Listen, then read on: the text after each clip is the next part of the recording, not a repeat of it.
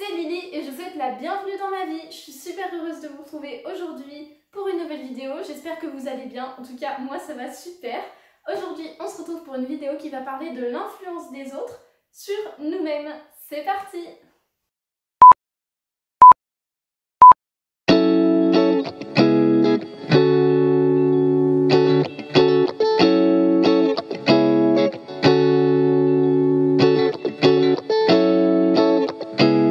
Alors, qu'est-ce qu'on va travailler aujourd'hui? Eh bien, on va travailler du coup le rapport des autres sur nous. En fait, on va chercher à travailler tout ce qui ne dépend pas de nous, donc tout ce qui a une influence sur nous, mais qui n'est pas nous.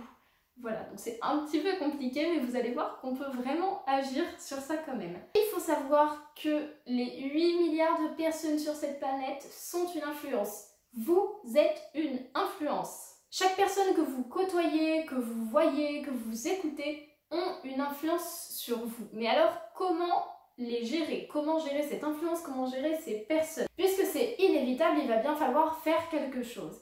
Mais en fait, l'influence, est-ce que c'est vraiment mauvais? Quand on y pense, l'influence peut être positive, puisqu'elle peut être négative. Et donc, en fait, on va chercher justement à trier et à voir seulement l'influence positive. Comment est-ce qu'on va faire? Vous allez me reprendre votre petite feuille avec vos deux petits bonhommes et votre feuille où vous avez marqué vos objectifs de vie. On va s'en servir. Ces deux feuilles, gardez-les pas loin. Tout ce que vous faites avec moi, gardez-le pas loin parce que en fait mes vidéos sont plus ou moins reliées les unes entre les autres. Donc vous allez me reprendre ces deux feuilles et vous allez pouvoir déterminer l'influence que vous voulez avoir des autres, puisque maintenant c'est vous qui allez contrôler l'influence que les autres ont sur vous. Vous prenez ces deux feuilles et vous allez pouvoir voir très vite en fait ce que vous cherchez dans la vie. Donc les gens que vous côtoyez doivent plus ou moins correspondre aux critères que vous avez marqués sur le nouveau vous et sur vos objectifs. Pourquoi je dis plus ou moins? Ça va dépendre de votre caractère. Si vous êtes quelqu'un de plus sociable, c'est pas grave si elle correspond moins à vos critères, puisque de toute manière vous avez besoin de côtoyer beaucoup plus de gens. Si vous êtes quelqu'un de moins sociable, que vous voyez déjà peu de gens, je vous conseille que justement ces personnes-là soient de qualité et donc elles correspondent plus à ces critères. On va commencer par faire le tri sur les réseaux sociaux, c'est ce qui est censé être le plus facile, mais vous allez voir que déjà ça va être un petit peu plus compliqué. On a trois solutions, je vais les donner dans l'ordre, crescendo on va dire.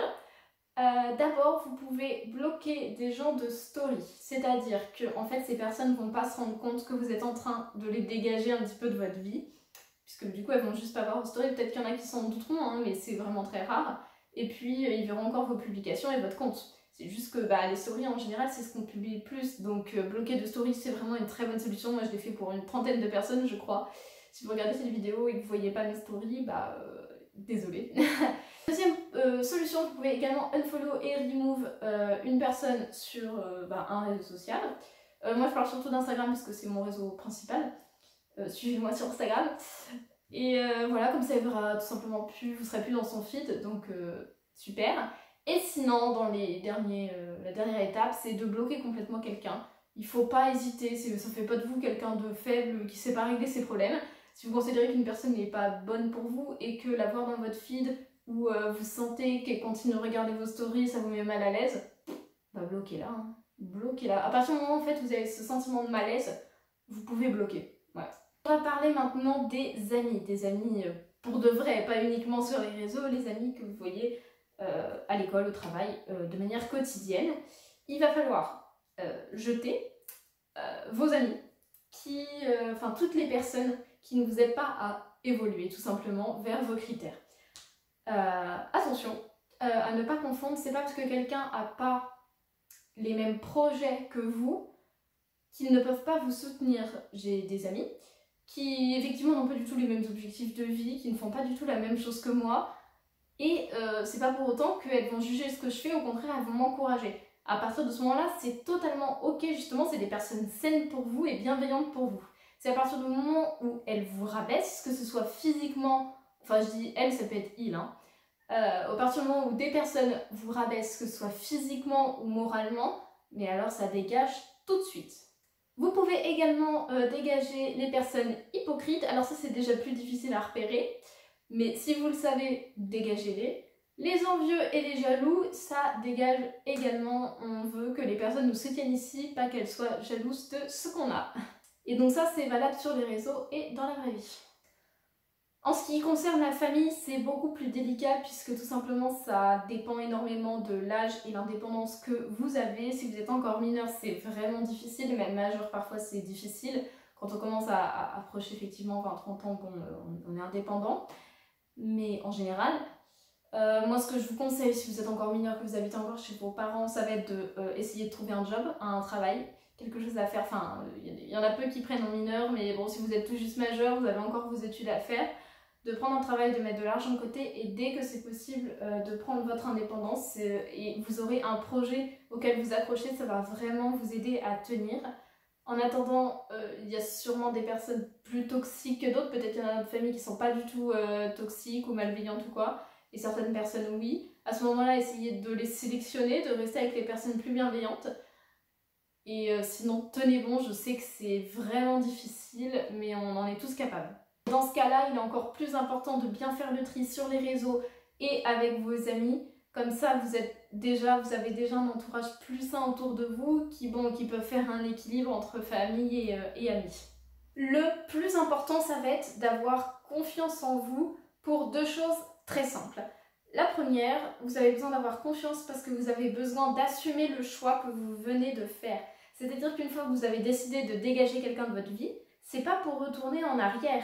Quand quelqu'un se perd dans la forêt et voit un arbre, s'il repasse devant, il sait qu'il s'est perdu, hein. Il va pas y retourner 150 fois. Donc non, vous dégagez les personnes, vous assumez jusqu'au bout. Et deuxièmement, pourquoi il faut avoir confiance, c'est parce que si ces personnes vous demandent des explications, parce que oui, parfois il est légitime quand même de demander des explications si quelqu'un nous a jeté de sa vie, vous devez assumer et tenir tête. C'est pas la peine d'être méchant, sauf si c'est vraiment quelqu'un de toxique, mais si c'est simplement quelqu'un qui n'est pas du tout dans votre projet de vie et dans votre mindset, on va dire, vous avez le droit de lui dire, mais écoutez, enfin non, vous n'allez pas le voyer sûrement, mais écoute, on n'a pas du tout les mêmes projets de vie, je me sens pas trop à l'aise avec tes choix de vie et puis avec les personnes avec qui tu traînes, et je me sens mieux de mon côté. Il n'y a vraiment pas de souci, il faut dire aux gens, et je trouve que c'est important de donner des explications aux gens. Il y en a qui les méritent pas, mais aux personnes qui les méritent, ça peut être bien. De toute façon, vous êtes votre priorité, donc vous choisissez les gens avec qui vous traînez, vous donnez pas votre temps à n'importe qui ici. Ah non, non, non. Pour aller plus loin, puisque vous avez jeté des gens de votre vie, je vous conseille d'en trouver de nouvelles, des personnes avec qui vous allez vous sentir bien, qui seront en accord avec vos valeurs et vos principes, et vous pourrez évoluer ensemble. Moi, ça commence un petit peu à arriver cette année et je suis super heureuse. Deuxième chose, vous pouvez également trouver des inspirations, c'est-à-dire que vous n'êtes pas obligé d'avoir une relation, comment dire, à double sens. Vous pouvez très bien trouver une star qui vous inspire beaucoup et qui a beaucoup d'influence sur vous, parce que ce qu'elle poste vous donne confiance en vous, par exemple, et donc vous la connaissez, elle ne vous connaît pas, mais elle a de l'influence sur vous. Ça marche très bien aussi. Troisième chose, rapprochez-vous encore plus de ceux que vous aimez vraiment et qui ont de l'importance pour vous. Quatrième chose, et pas des moindres, ne négligez pas les animaux et les plantes. Dit comme ça peut être un peu bizarre, mais mon chien, c'est toute ma vie, d'accord. J'adore mon chien, je n'irai pas jusqu'à dire qu'il a de l'influence sur moi, mais en tout cas il a de l'influence sur mon mindset, sur ma force mentale, sur mes émotions. Il a énormément d'influence quand même sur tout ça. Donc il me rend vraiment heureuse, donc ne négligez pas les animaux. Et mes plantes aussi, bon, il faut savoir que j'adore les plantes, mais prendre soin de ces petites plantes dans sa chambre, c'est super. Cinquième et dernière chose, aujourd'hui je trouve qu'on a énormément parlé de donner du temps aux autres, de l'influence des autres sur nous, et donc je vous conseille de garder du temps pour vous parce que vous êtes votre priorité comme j'ai dit tout à l'heure. J'espère que cette vidéo vous a plu, moi ça me fait vraiment du bien de vous parler de développement personnel. J'espère que de plus en plus de gens vont me suivre. Bon, pour l'instant, je vois bien qu'il n'y a pas grand monde, mais je ne désespère pas et je vais persévérer. En attendant, moi je vous dis à la semaine prochaine, dimanche 16h pour une nouvelle vidéo. Bisous!